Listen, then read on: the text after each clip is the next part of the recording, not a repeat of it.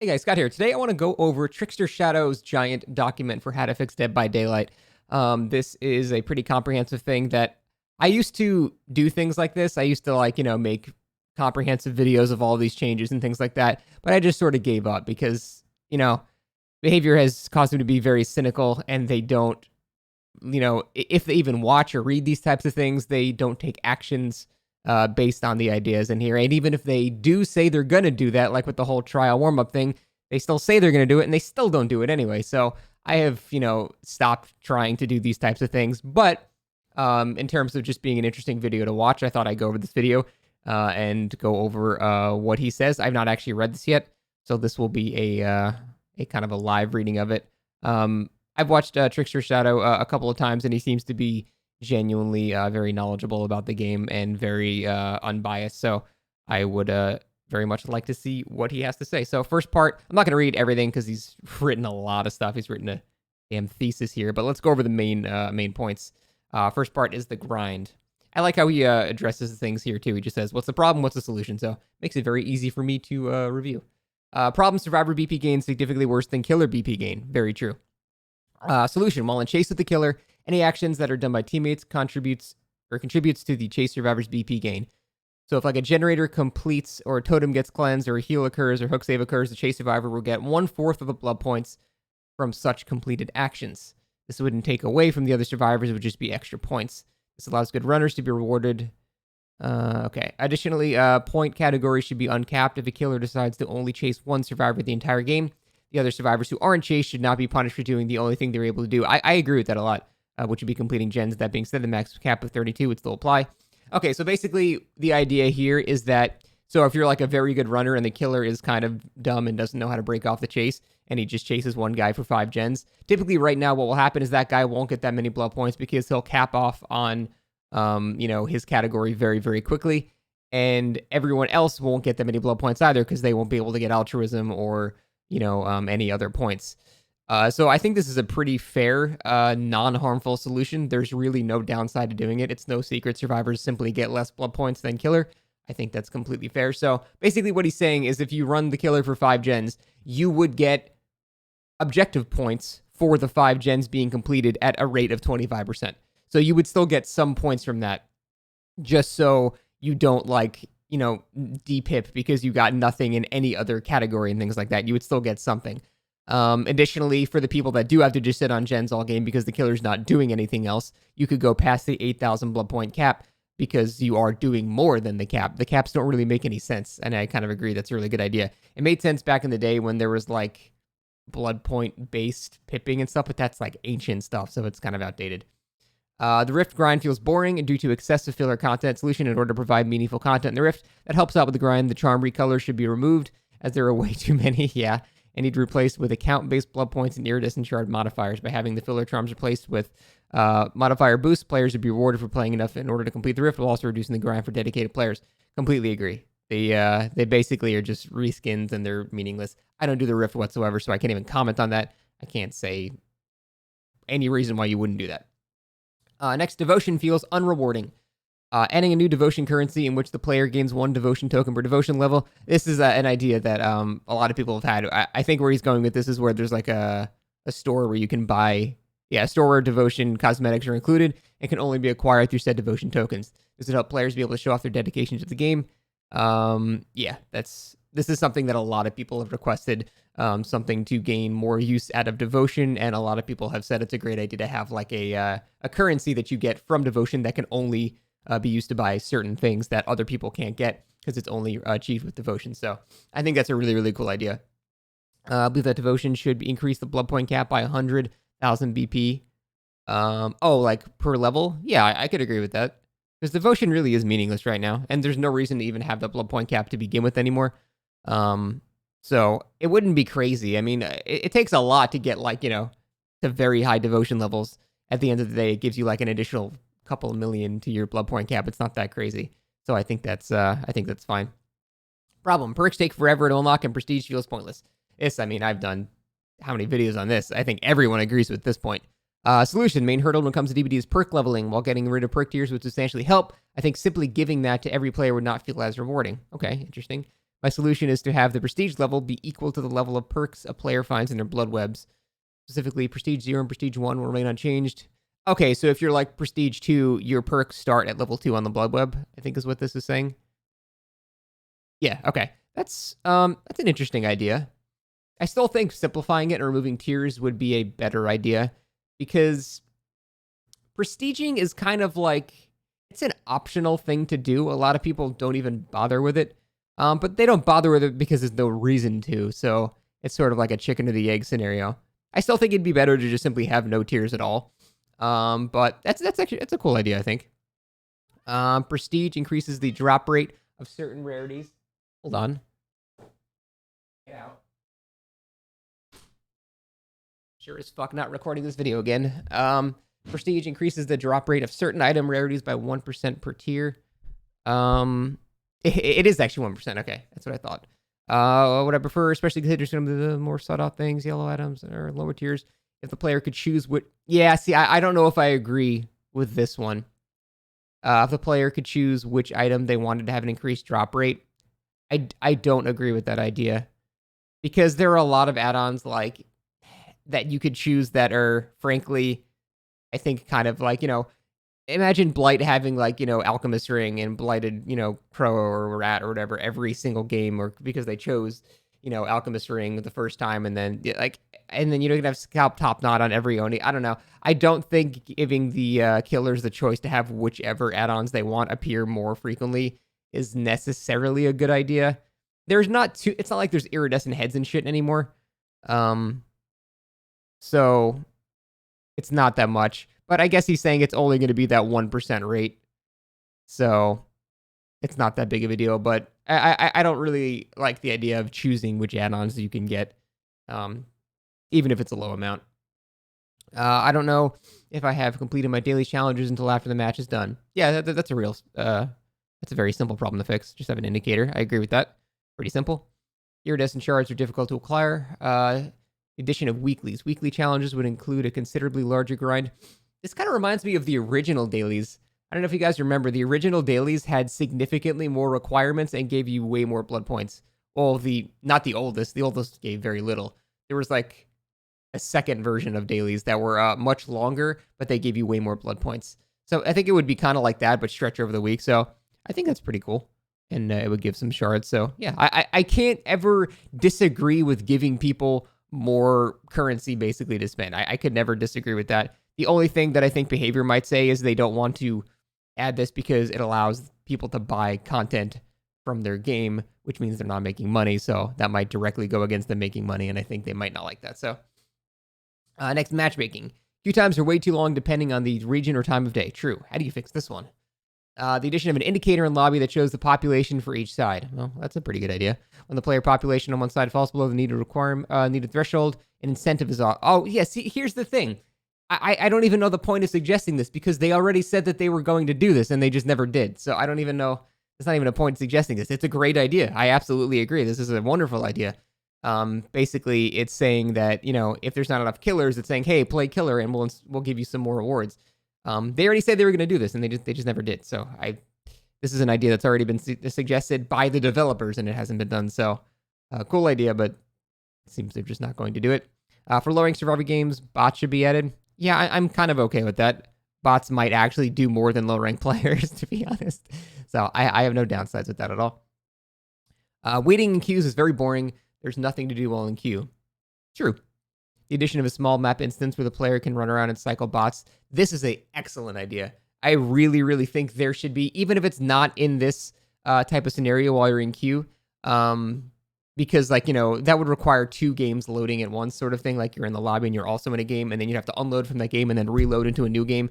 That seems like it'd be way too confusing for them. So maybe not necessarily like that, but I do really wish there was a killer training ground. Basically a single player kill your friends, where killers could just simply practice. You can put in bots and things like that. I don't think they'd be able to program it like how he's wanting, where, while you're in queue, you could practice this stuff. I think there'd have to be something else. But I do really wish there was some sort of testing ground, because it's really annoying anytime I want to test how effective is rat liver. I have to go get somebody and then add them and then load them. I I'd want to just run in and test something and then jump back out. That would be so nice. And I think it'd be so easy to add. Just let Kill Your Friend start with no players or just add bots. Very easy to add. So I think that'd be very, very cool. I think his idea is awesome, but I just don't see them ever adding it. It can be stressful and difficult to learn what new killers in public matches. I think I just sort of jumped the gun here. Oh, he's just saying a bot mode similar. Okay, yeah, but he's basically saying the same thing. So you can learn the killer without having to jump into a match. I think that's kind of fair. Killers with unstable and slow internet ruin matches. I don't even know how you fix that. It's impossible to fix someone's lackluster internet. I think players should be aware of what they're getting into when it comes to player ping. When in the lobby, everyone's ping should be visible at all. Yeah, I agree. There's no reason to hide ping. It's pointless. That's why I really liked when it was peer-to-peer. You could use MLGA, which is a program that just had an overlay of the ping of everyone in the lobby. Really simple.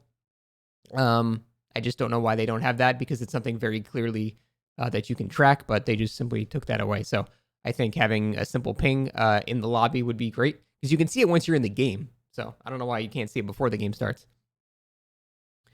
Games are too difficult or too easy. Yeah, this is a very complex issue. I was just about to say, that's, yeah, I don't know how you fix that shit. And the current fix that developers have been trying to implement is MMR. However, I don't believe forcing everyone to high-level play is what's good for Dead by Daylight. I very much agree. If there was a competitive mode, it'd be a different story. Also agree. But sadly, there's no such thing. Thus, if we're trying to create a ranking system, we can't make the only win condition to be looping the killer, as that would make high ranks way too oppressive against most killer players. Very true. But then you also can't make it just doing gens, because everybody could do that, and then there's no skill there. So you're just sort of... It's hard, man. I don't know how to do it. In order to reward survivors for being useful teammates both inside and outside for chases, I believe going back to the blood points or pip models is the best solution for ranking in DBD. Interesting. I actually think I kind of agree with this. And I'll jump off on a tangent for a second. I think the blood point for pip system is better than the emblem system, but it was too lenient. And I think that is the main issue. If they made the requirements, instead of 10,000 points you would pip as survivor, make it like 20,000 points. You would need a lot of points to pip. And you can even make it rank dependent or whatever, so it's harder to pip based on, like how it currently is. But I think if you do that, it actually answers a lot of the problems that the game has. Because if, the survivors only have 15, 16,000 blood points, it might make them actually seek out the killer and manually engage in chases to try to get that blood point value up. Here's the thing, if we switch the win condition from simply doing the gens and leaving to I need to hit this blood point amount, suddenly the game becomes way more balanced, because survivors will have to actually manually insert themselves into chases. And then they'll have to actually get healed by other teammates, and other teammates will, they'll have to heal other teammates themselves. It creates a sort of scenario where even if they're blasting the killer and there's, one gen left with one hook, they only have 10,000 blood points. So they need to manually extend the match themselves to make the match last longer. And that doesn't mean they're going to bully the killer. It just simply means the killer now has way more time to get to that point. On the other end, if they're all playing well, but the killer's also doing pretty well too, he's getting some hooks, but survivors are getting altruism, they're all doing gens, they're all getting chases, then basically everybody wins in that scenario, because it's a match of DB how it's supposed to be played. Everyone's getting to do stuff. So that's a little aside that I think a stricter system like that is actually better. I may make a video just talking solely about that and expanding on it a bit more, because that's actually really what I think. That's the simplest solution to a lot of these issues. Let's read what he said first. I might be jumping the gun again. With the uncompleted categories, ranking would now be determined how much BP a player has earned during the trial. In order to pip up as survivor, one must acquire 25. Oh, damn, that's even stricter than I had. If one gets anything below this, they'll depip. I think 25k is a little much. Safety pipping will exist, but only if the survivor escapes from the match. Otherwise, anything less than 25 is guaranteed depip. I think that's a bit too strict. I think 25,000 blood points is actually not particularly easy to get as survivor, even if the match is going pretty well. I think a little bit lower amount would be pretty good, because it used to be 10,000, so it's going double what it used to be. 25 is pretty high. The system would ensure players of all styles are rewarded for being useful, while also ensuring ranking up is more difficult to do, as this addresses the common complaint of lackluster skill in high ranks. Hopefully, with the system is this, better players float to the top of the ranking pool, while less useful players will remain at lower ranks. I get his argument why he's setting it so strict. I just think that will create a scenario where there are far too many low rank players and like no high rank players, which would kind of make queues bad again in the sense that no one's at red ranks anymore. Because getting 25k BP, even if you're good at the game, every game is not particularly easy, especially depending on the type of killer. Some killers allow you to get even less blood points. Some killers don't even chase you like Wraith, so you wouldn't even get any, like, it's, there are definitely some kinks to work out there because there are a lot of killers that don't even really let you get that many blood points, especially if they're playstyles like camping and stuff like that. It can be a little bit more confusing. So I think it's actually an interesting topic that I want to expand upon more in a separate video. But it seems like we kind of have the similar idea, just maybe a bit different values in there. The killer side rank should be determined by how many hooks they acquire during the match. This I can kind of agree with. I think we need to jump away from the win condition being just kills or just escapes. I think getting many hooks is actually a better metric of how well the killer does. Because, if a Bubba face camps someone to death and gets one hook, but he kills someone trying to get another save because the survivor's bored and wants to try, and if he just wins with 4 hooks, you didn't do a good job really there. So I agree that it should be based on hook stages as well. I think that's a much better metric. In addition to the previously stated points, double pip should be removed. This would slow the rate at which players rank up and help spread the ranks out more evenly. Not sure I completely agree with that. I think if a killer gets a perfect game or a survivor gets like over 30,000 blood points, they should be rewarded for it because it's decently hard to do both of those things. So I don't know if I would completely remove double pips. One band-aid fix to be reward players with additional blood points after the match reach perk discrepancy of the opposing side. Yeah, I've talked about this kind of thing too. The problem is people don't want a consolation prize at the end. They just want a fair match to begin with. It's not that they, I got bullied by, rank 1 survivors and I'm a rank 15 killer. Here's some more blood points. They just want an actual fair match or a match they feel is fair. So I think some people almost take that as insulting. Like, here, just shut up. Here's some blood points. So I'm not sure I agree with that one. Player interaction. Player DCing ruins matches. Most solutions would have avenues for exploiting. Most can be done without causing problems is reward the players who endure the match for DC player. Yeah, see, they said they were going to do this over 3 years ago and they still haven't done it. So I can just skip this whole section. It doesn't matter because they clearly are not going to do anything about it. They said they were going to do this exact thing. They said they were going to reward players that stayed in the match and not punish people that stayed in the match because their teammates DC'd and stuff like that.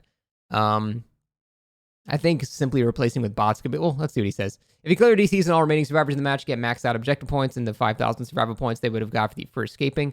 Usually killer DCs because they're losing a match, thus I don't think the players that remain should be punished. Yeah, I agree with that. I think basically a survivor disconnecting early in the match is a guaranteed loss. So I don't even really mind the fact that you'd give them a shit ton of points and, for a bunch of different categories that you won't be able to get now.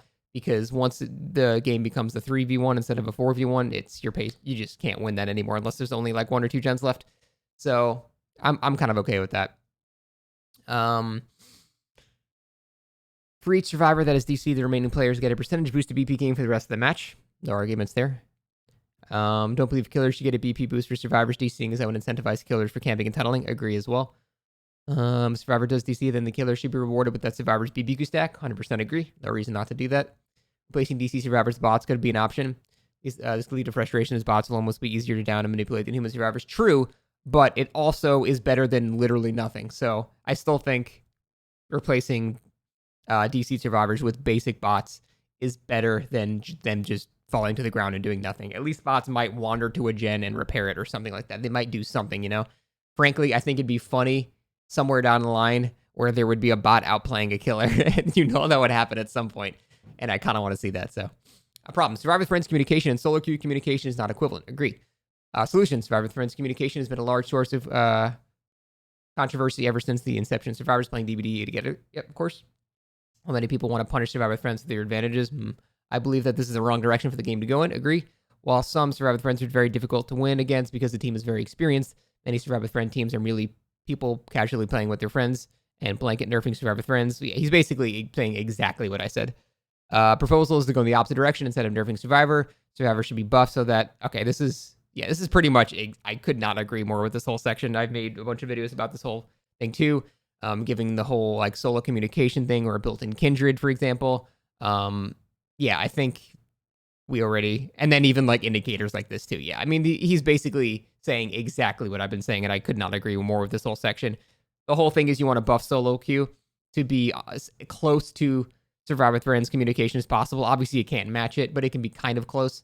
And then you can sort of generally buff killer accordingly as everything is now smushed together and the variances are way, way less. So that's a good idea. Gens complete too fast at the beginning of the match. One of the biggest draws of DBD is the ability to diversify builds and perks to make each match feel fresh, not being dominated by the meta on both sides.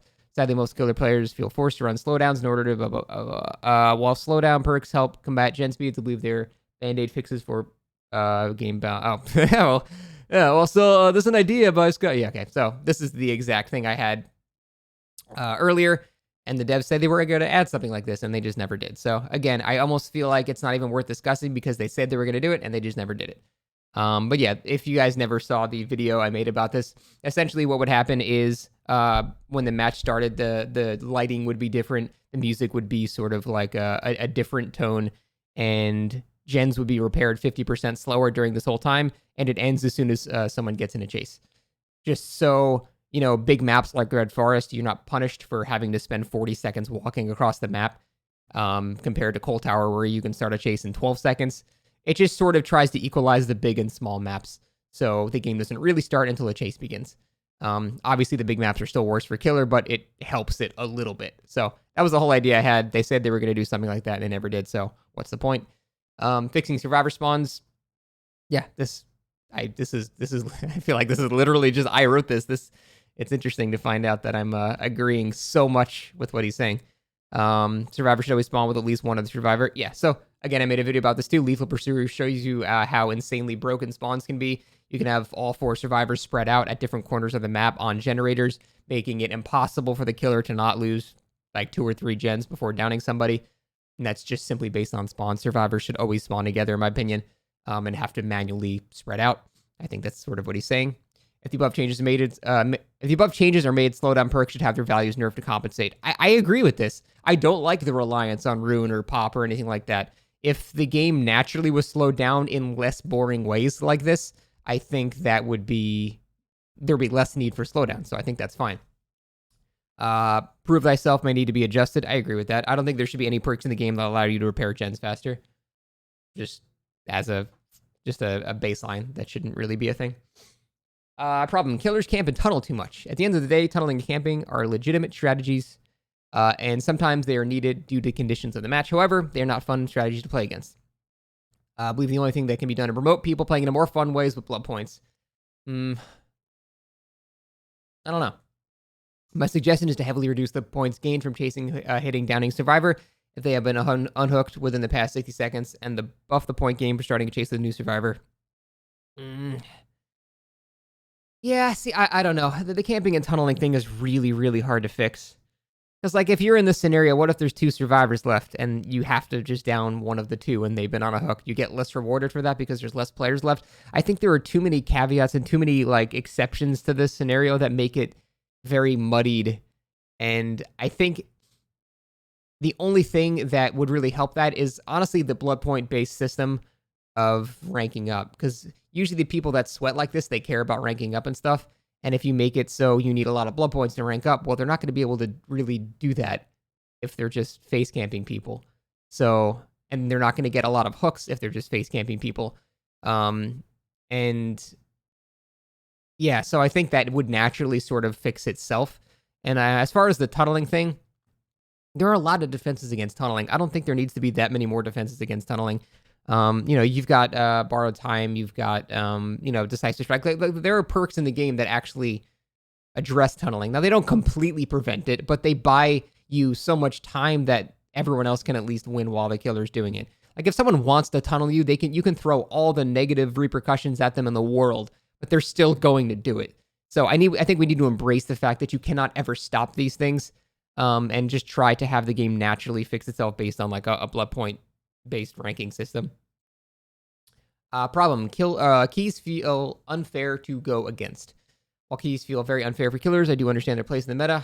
Feel with some small adjustments, they can maintain their strength. So before I read any further, my suggestions for keys are just simply there's a bar for charging the animation, just like, a couple of seconds, just so you can't open it in the killer's face. And also, only one person can go through the hatch. So the keys would be like a selfish thing. I think that would make them fine. Establish a difference between purple and pink keys. Currently, the only difference between the keys is their channeling time. This feature is something should be more of an afterthought. Make pink keys never spawn in chests. The only keys that should spawn in chests are purple. I can agree with that. This allows survivors to have a chance to combat the hatch being closed. Oh, wait, let me see. The channeling difference between keys remains with the addition of the following change. Purple keys can only open the hatch for the survivor with the... Oh, okay, so he's actually saying... So purple keys would be my suggestion, and then pink keys would allow the entire team to escape. Okay. So you would have to bring in a pink key manually then, which means the killer could prepare for it. I guess that's fair. Added an animation for the hatch to be... God damn it, dude. We're literally suggesting the exact same things. I swear to God, I didn't read this before I started. The animation should be 10 seconds or less. I think it should be a bit less than 10 seconds. I think 5 seconds would be fine. It just basically needs to be longer than the killer attack recovery animation. So a guy can't be just sitting on top of the hatch and the killer hits them and then they just jump out. 10 seconds might be a little too long, but we'll see. Problem. Survivors hide before the end game and hold the killer hostage. The killer refuses to chase anyone and forces to regen, ensuring the match lasts longer. Most games have a match timer to ensure the max time of a match. The reason for this is experiencing a 20-minute match in the game an average 10-15 minutes can feel like eternity. Yeah, I don't really have a problem with a max time for a game. It's a very rare scenario that you get a game lasting more than like 20 minutes. And that's typically when the survivors are either babies and they're just hiding or they're just trolling you. So I don't think there is an issue with a new max time limit. I'm actually pretty much okay with that. No downsides, really. When a killer closes the hatch, most matches feel unwinnable. It depends on the luck of the doors, but yeah, it's certainly killer-sided. See, that's the thing. I don't have a problem with it being killer-sided, because if the killer is closing the hatch, it means everyone else is dead. So the killer basically won, and there's just sort of a last chance for the survivor to get something out of it. So I think it's okay that it's a bit favored toward killer, because at that point, the killer kind of won. He kind of more deserves it than the survivor, I think. But when the killer closes the hatch in the 1v1, a portion of the pallets on the map respawn, and a sudden death mode activates.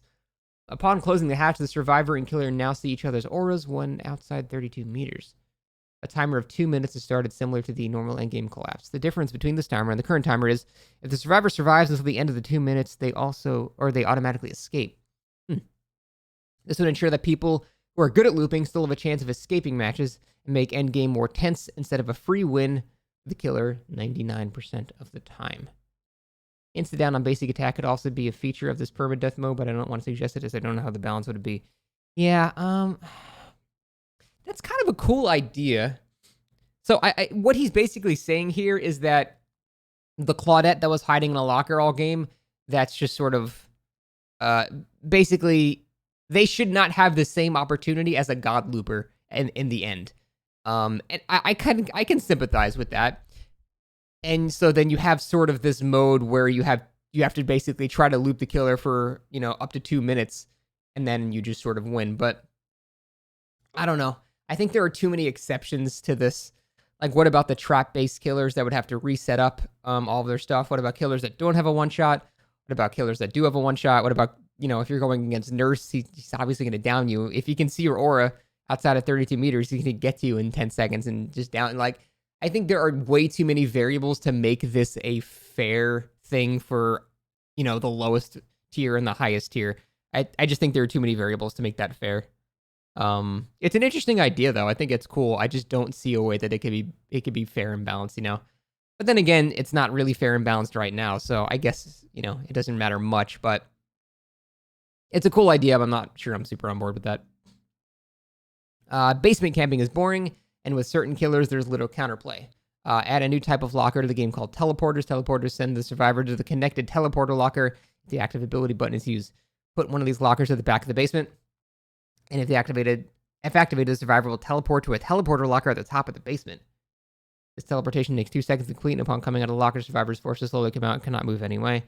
This forces the survivor into long animation and gives the killer a chance to combat the teleport. The object is to make camping basement less effective and more strategic. I don't like the ideas of giving survivors just straight up teleportation.